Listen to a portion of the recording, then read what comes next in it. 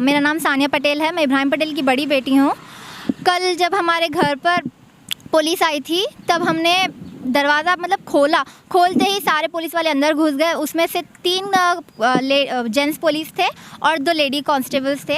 एक एसआई था शेखर बी शेखर था और श्रीनिवास राव, फिर बाद में साई कुमार सिविल ड्रेस पर था जिसने पापा को धक्का मारा। पापा ने बोला वो लोग नोटिस देना चाह रहे थे लेकिन नोटिस के लिए नहीं आए थे, वो लोग अरेस्ट करने के लिए आए थे। ना उनके पास अरेस्ट वारंट था ना सर्च वारंट था।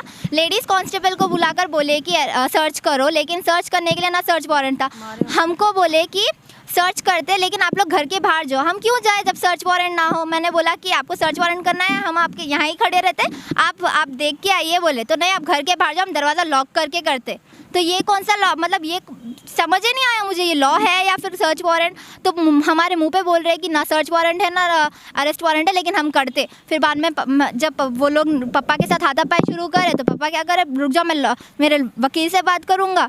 तो पापा क्या करे, बात करने के लिए बालकनी चले गए। बालकनी जाते कि साई कुमार उसने फ़ोन खींचा, मैंने उसके पास से फ़ोन खींचा, जब तक पापा को उसने धक्का दे दिया। हम लोग समझ नहीं पाए, पापा वहाँ पर जाकर गिर गए, बेहोश हो गए। फिर ये लोग भागकर जाकर बाजू की बिल्डिंग से पापा को अरेस्ट करके पुलिस स्टेशन लेकर चले गए। जब पुलिस स्टेशन लेकर गए तो वहाँ का एक कांस्टेबल बोलता है कि आपके पापा यहाँ नहीं है, आप घर को चले जाओ। ये क्या बात हुई, घर को चले जाओ, हमारे सामने लेकर जा रहे अपने गाड़ी में। उसके बाद में हमारे सामने वो लोग खड़े होकर बोल रहे कि हम आपके पापा हमारे साथ नहीं आए, वहीं छोड़ दिया आपके पापा को, आपके पापा हमारे साथ नहीं है। ये क्या बात हुई। हमारे साथ श्रुति नाम की एक कांस्टेबल थी, पी श्रुति, वो घर के अंदर घुस के मम्मी के साथ बुरा बिहेव करे। लाइक उसने बोला कि हम सर्च वारंट करते, आप क्या हमारे पास सर्च वारंट नहीं है, हम सर्च करते, आप क्या करते करो। ये क्या बात हुई, जब सर्च वारंट नहीं है। तो मैं ये भी बोली कि आप ये लॉ नहीं है तो आप मुझे ये लॉ मत सिखाओ। तो मैंने बोला कि मैंने भी थोड़ा बहुत लॉ पढ़ा हुआ है, मैं भी एक लॉ स्टूडेंट हूँ, आप मुझे लॉ मतलब जितना भी मुझे आता है मैं उतना आपको बताऊँगी, क्योंकि आप भी फॉलो करिए। तो बोलते हैं कि नहीं, हमारा लॉ हम हमारे तरीके से करेंगे, तुम थोड़ा पढ़ के हमें मत झाड़ो। मैं बोली कि आपका लॉ और मेरा लॉ सेम है, आप हमारे जैसा ही फॉलो करिए। तो उसने मेरी बात सुनी नहीं, वहाँ से वो लोग चले गए। हम लोग पापा के लिए जब पुलिस स्टेशन गए, वहाँ पर पुलिस स्टेशन जाने के बाद वहाँ पर पापा को बोल रहे थे कि सिग्नेचर करो।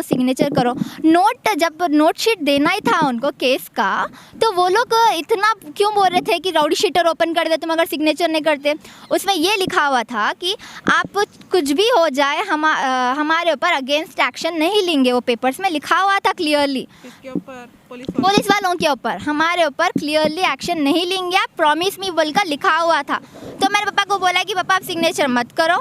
तो वहाँ से अंदर से सीआई उठकर आकर बोलता है कि अगर तुमने 5 मिनट में सिग्नेचर नहीं किया तो मैं तुम्हारे पर राउडी शीटर ओपन कर देता हूँ, और उसके बाद देखो मैं तुम्हारे साथ क्या करता हूँ। उसके बाद में ये भी बोलता है कि मैं लॉ हूँ, कोई वकील तुम्हारा आकर मेरे सामने काम नहीं करेगा, ये मेरा पुलिस स्टेशन है, वकील पुलिस स्टेशन में काम नहीं करता, वकील सीधा कोर्ट में काम करेगा और कोर्ट में आकर बात करेगा। तो ये क्या बात हुई। पापा को मैं ये चाह रही हूँ कि पापा को जस्टिस मिले, उसको सस्पेंड हो वो। अभी आपके पापा की क्या हालत है हॉस्पिटल में, गांधी हॉस्पिटल में, बोलिए ना।